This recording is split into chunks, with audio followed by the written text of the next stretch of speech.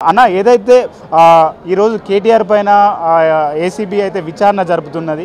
భారీ అవినీతి చేశారని చెప్పేసి కూడా కాంగ్రెస్ ఒకవైపు ఆరోపణలు చేస్తున్నాయి. గతంలో కూడా కేటీఆర్ అయితే పాల్గొనడం జరిగింది. మరోసారి ఈరోజు కేటీఆర్ని అయితే విచారిస్తున్నటువంటి పరిస్థితి మనం చూడవచ్చు.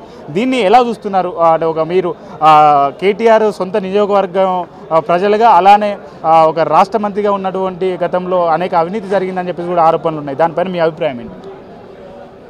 ఈరోజు జరుగుతున్నటువంటి కాంగ్రెస్ పార్టీ చేస్తున్నటువంటి కుట్ర ఏదైతే ప్రజాపాలన చెప్పిండో రేవంత్ రెడ్డి, ఇది ప్రజాపాలన కాదు, ఇది ప్రతీకార పాలన.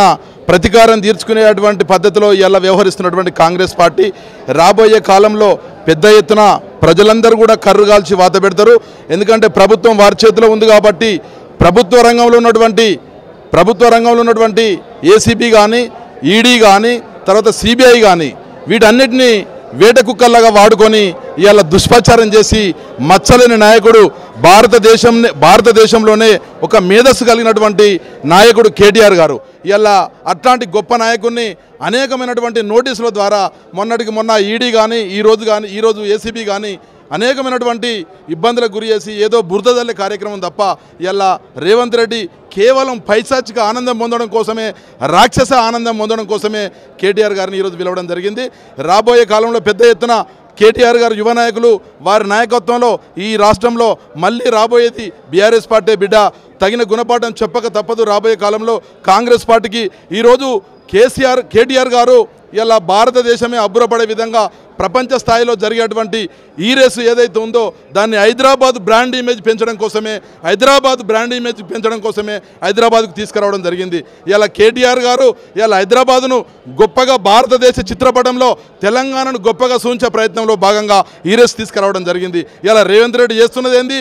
మొన్న అందాల పోటీ నిర్వహించి సిగ్గు శరం మానం తీసినటువంటి రేవంత్ రెడ్డి, ఇప్పటికైనా బిడ్డ రేవంత్ రెడ్డి, నీకు రాబోయే కాలంలో తగిన గుణపాఠం ప్రజలు చెప్తారు. స్థానిక సంస్థలు వస్తున్నాయి. స్థానిక సంస్థలల్లో జడ్పీటీసీలు కానీ, ఎంపీటీసీలు కానీ, సర్పంచులు కానీ పెద్ద ఎత్తున బీఆర్ఎస్ పార్టీకి బ్రహ్మరథం పట్టేటువంటి పరిస్థితి గ్రామాలలో ప్రజలు చేస్తూ ఉన్నారు. మీకు రాబోయే కాలంలో గడ్డు కాలమే తప్ప ఇంకా ఏముండదని సందర్భంగా తెలియజేస్తూ ఉన్నాను. ఒకవైపు స్థానిక సంస్థ ఎలక్షన్ కూడా వస్తున్నాయి. మీరు అంటే మీ కాన్స్టిట్యున్సీలో చూసుకున్నట్టయితే తెలంగాణ రాష్ట్ర వ్యాప్తంగా వస్తున్నాయి. ఎట్లా ఉన్నది కేటీఆర్ విచారణ? ఎట్లా ఆడ నియోజకవర్గంలో వాతావరణం ఎట్లా ఉన్నది?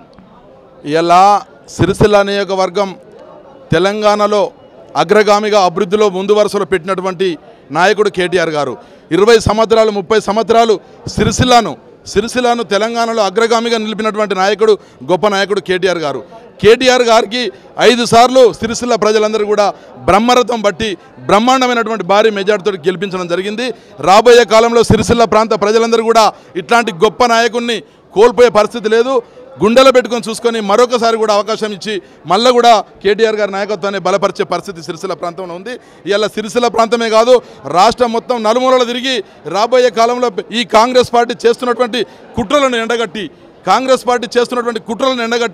ప్రజాక్షేత్రంలో వారికి గోరిగట్టే ప్రయత్నం చేయడం జరుగుతూ ఉంది కేటీఆర్ గారు.